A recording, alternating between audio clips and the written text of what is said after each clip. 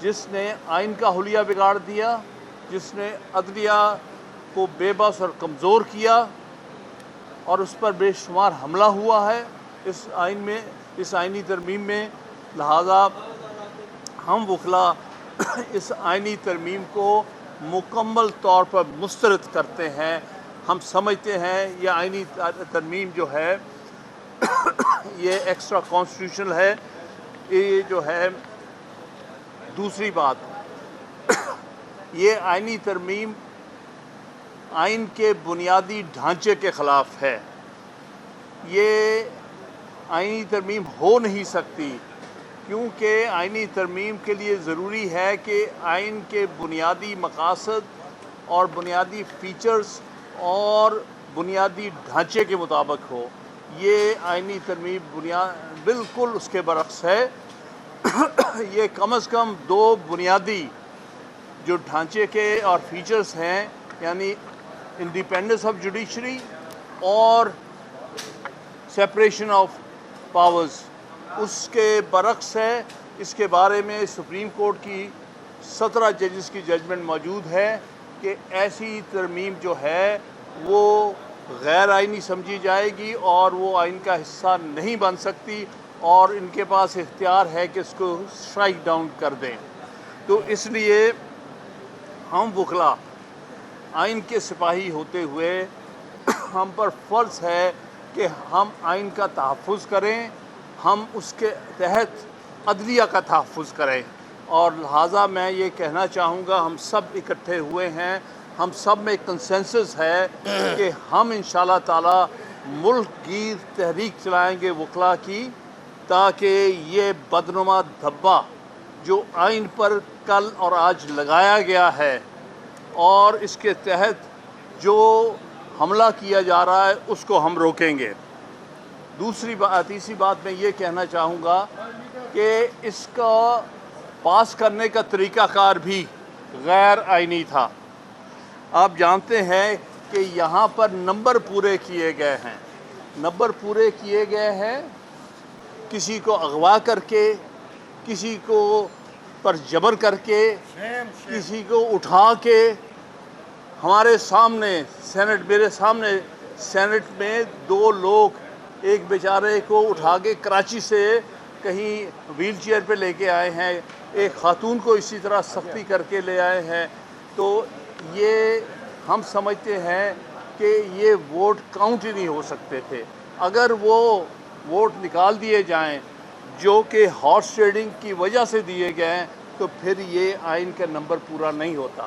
اسی طرح national assembly میں پی ٹی آئی کے 5 ارکان کو، جن کو کئی دن سے غائب کیا ہوا تھا، کہیں چھپا کے رکھا ہوا تھا، ان کے رشتہ داروں کو اٹھایا جا رہا تھا، ان کو کل لایا گیا اور ان کے 5 ووٹوں سے کہیں جا کے 1 نمبر سے ان کا نمبر پورا ہوا۔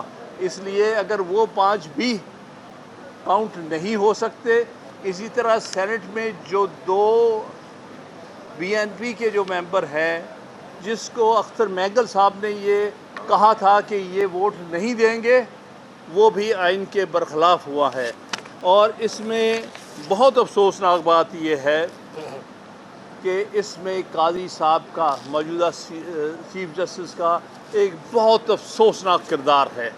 انہوں نے بے وقت ایک ریویو پیٹیشن جو کہ 2 سال پینڈنگ تھی 63A کے بارے میں، اس کو لگا کے ہارس ٹریڈنگ کا رسہ کھولا تاکہ ان کو اجازت دی جائے کہ آپ ہارس ٹریڈنگ کریں اور اپنے نمبر پورے کریں۔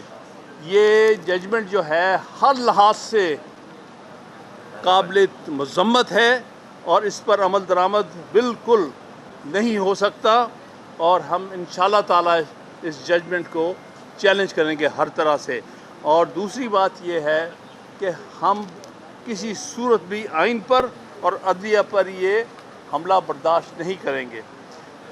ہم یہ بھی اپیل کریں گے آپ سارے وکلاء سے، 25 تاریخ کو موصوف یہاں سے رخصت ہو رہے ہیں۔